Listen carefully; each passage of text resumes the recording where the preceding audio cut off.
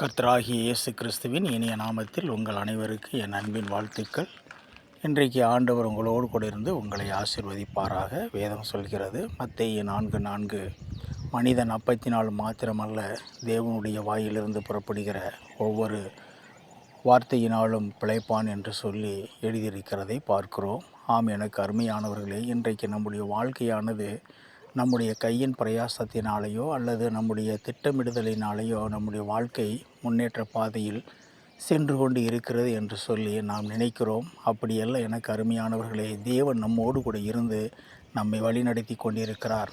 நம்முடைய ஞானத்திற்கும் நம்முடைய செயல்களுக்கும் அப்பாற்பட்டு அவர் நம்முடைய வாழ்க்கையிலே கிரியை செய்து கொண்டிருக்கிறார். அதை நாம் உணராதவர்களாக அநேக நேரங்களிலே நம்மை நாம் உயர்த்தி கொண்டிருக்கிறோம். அப்படியல்ல, நிச்சயமாக தேவன் நம்மோடு கூட இருந்துதான் அவர் வழி நடத்தி கொண்டிருக்கிறார். அதை இன்றைக்கு நாம் அறிவோம். தேவன் நம்மை மேலும் உயர்த்துவார். கர்த்தர் உங்களோடு கூட இருந்து உங்களை ஆசீர்வதிப்பாராக.